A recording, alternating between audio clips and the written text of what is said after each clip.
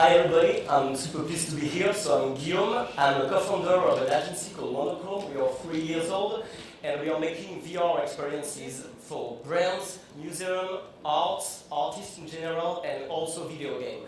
So we are a human-sized studio, we are only 5 persons, and we make everything from scratch, to the design, from the 3D modeling, sound design, storytelling.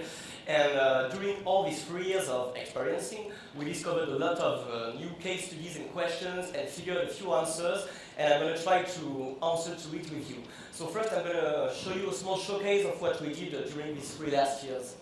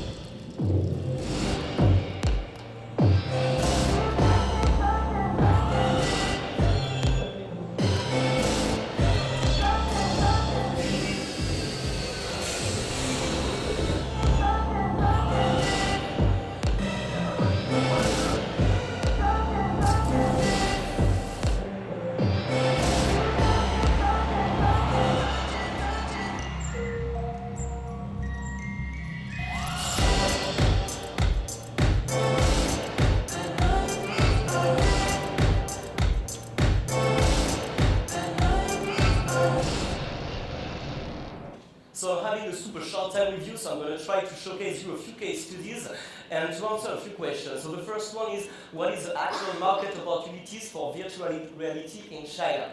As I told you, we are based in Paris, but very quickly after we launched MONOCHROME, we've been contacted by Chinese clients and artists. So we were super amazed, like, oh, we are already going worldwide so quick, but actually we discovered that everything was happening in China. You have to know that the VR market will likely exceed 90 billion yuan in 2020. In France, the market of VR is still super shy. People, they don't mainly own a headset at home. They love to test VR in boutiques, showrooms, events, but the market is still not developed. But in China, there was a lot of millions, hundreds of millions invested by government in collaboration with HTC Vive to provide VR and to equip the schools, for example, for kids to learn through virtual reality.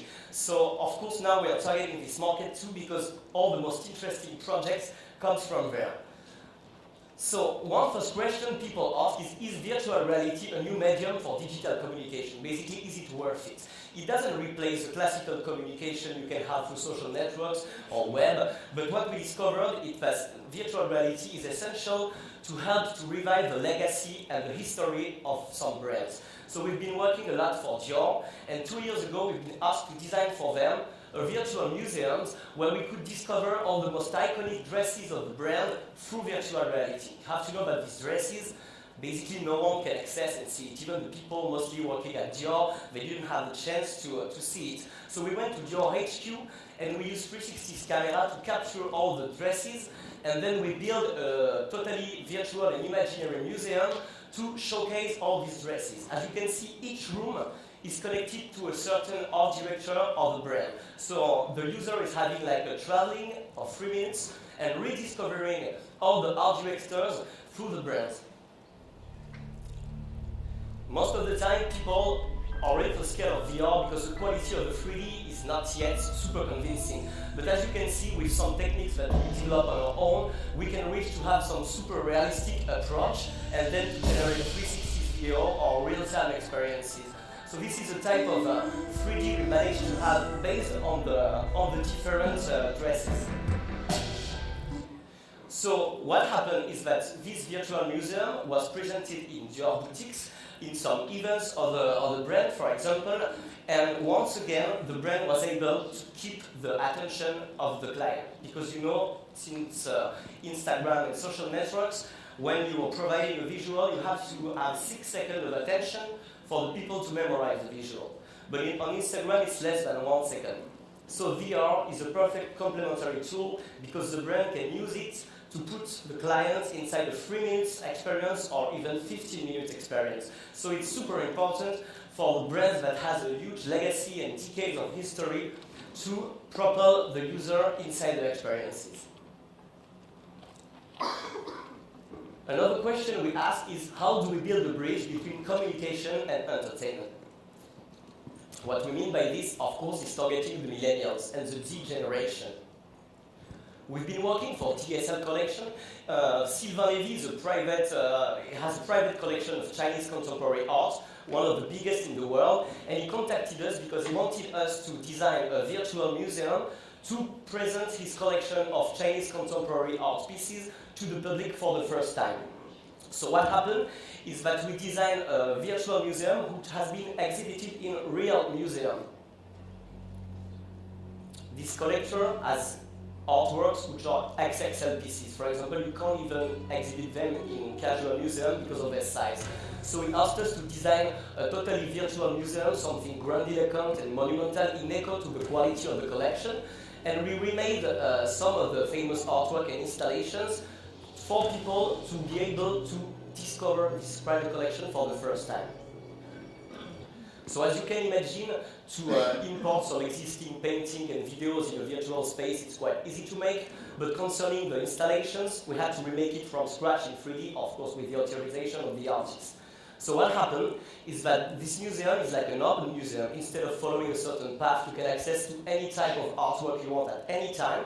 You can also change the view and switch to a guard mode to discover the artworks in a new angle. And this museum was exhibited as an art piece in a museum in China, New York, Los Angeles, Paris, Germany, Switzerland. And we were totally amazed to see that everybody wanted to test it, and especially teenagers and kids, and talking about the Z generation, just the fact that having a headset and an Xbox controller to navigate inside the museum, they were totally enjoying it, and some of the kids were spending 20 minutes in front of an artwork, which I never saw it before, honestly. So this was like a proof that VR is a total link to the new generation, and it can even put them inside the artistic approach. Then we wanted to go further, and instead of just transposing existing artworks inside a virtual space, we asked if VR could be a virtual collaborative tool between Paris and Shanghai. What happened is that we've been contacted by Yang, which is a super famous Chinese contemporary artist. He makes some kind of paintings and giant screens animated using the technique of patchwork and mixing videos, photographies, and drawing. And he contacted us because he wanted to create a VR art piece from scratch. So he sent us this document, and he asked us to remake it in 3D. And what was super interesting is that to adopt his style and his technique, we had basically to communicate with them. He was in Shanghai, we were in Paris, so we used a tool called T-Brush, maybe some of you heard about it. It's a tool to design in virtual reality. So you're in a virtual space and you can put shapes like blocks and everything. So he was sending us T-Brush files and putting like triangles and squares to indicators. For example, I want this mountain to be here, this one to be there. So us, we designed a totally blank 3D space, and he was sending the different assets. And we recomposed the patchwork at distance with him being in Shanghai and us in Paris. So this kind of experiment has been sold to museums and it's been exhibited. It's still exhibited in some museums over the world, but it was amazing for us to discover that first we could collaborate with an artist in virtual reality to build a virtual art piece.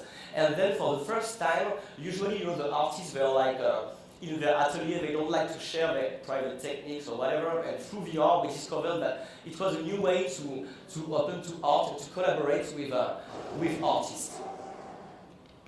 So this is the type of render we managed to have.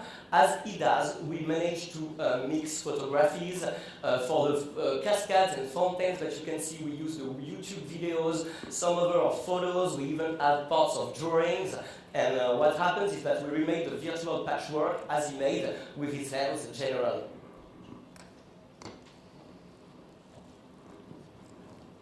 One last case study is how to share a location-based experience into social environment. That is the main problem we are facing in VR, is that as many people doesn't own a headset, especially here in France, it's difficult for them to project inside the experience. we've been contacted by an agency to work on the Morpheus Hotel, designed by Zaha Hadid, which is in Macau. And they asked us to make some kind of virtual tour, like a roller coaster in the fly, to fly over this building and to discover this building in VR through different angles. So we redesigned totally the building in 3D. And we invented some kind of path. The user is flying over Macau, over the skies, and is discovering the building. So we even redesigned the interior. As you can see, we added like glass tubes to make like a simulation of some kind of roller coaster experience. So we managed to approach once again to a realistic content, which takes a lot of time in 3D because you have to make a lot of optimization. And we designed like a path all around. And what is important is that this kind of experiment, you can find it, for example, in malls, where you have like these cars which are extracted for the VR experience. So each time to present a VR experience, you have to have a physical link. You have to have a physical place to experience the stuff, and that's how we see that people with a physical place, they can take pictures and share it on social networks. Of course, we can also generate 360 videos for the people to be able to project through virtual reality. So this is some of the examples we are working on. I have a lot of more to show you, but unfortunately I have a small time, so if you want to learn more about it or to ask me questions after, you're welcome. Thank you very much. Oh, thank you. You actually still have 3 minutes if anyone wants to ask you a question, to be... Any VR questions? Just maximize your time, Any VR questions? Yes? No? Very interesting. I just wanted to add that mostly we are working for now for luxury brands because these brands are aged for decades and decades and they have a lot of story to tell, and thanks to VR they can bring the storytelling back, which is a problem nowadays because in Instagram, on social networks and websites, everybody has the same interface and it's super difficult to demark yourself from the others. So that's it. And talking about the Chinese market, the more it comes, the more we are connected with Chinese market, and we really want to continue to dig into this because even for art, everything happening there nowadays is more interesting than what's happening in Paris because here all museum institutions are basically closed. And there, everything is private, so everybody is open to innovate in a way. So that's it for now. Cool. Yeah, and a big round of applause. Sorry? Wait, I suddenly thought of a question. How do you measure the effectiveness? Yeah. So basically what we do is we follow some of the clients where the experience are being showcased. So we can come basically for the GSL Collection Museum. It's been shown by to 5,000 persons. What you can do also is to put the applications to download on the stores, so then you can follow the sales. But in France, for now, people are not used to buy experience. But what we do is we have to be on the physical place every time to judge, to ask, to have feedbacks. And concerning the sales, for example, for Dior, we can see that there is a lot of interest generated by VR because they have the analytics on the websites and people are going back to this kind of section that they were ignoring until now. Gotcha. So it's definitely VR and real life. Yeah, everything is happening outside. This is a paradox of VR. Is to test VR, you have to go out, for example. To promote VR experience, which is virtual, we have to design a place, so we are also making scenographic approach now. So, but it's like totally complementary to the other kind of communication. It's not yet replacing everything. We still have screens and interface, but it's totally complementary. Cool. Gotcha. Thank you very much. Thank you very much.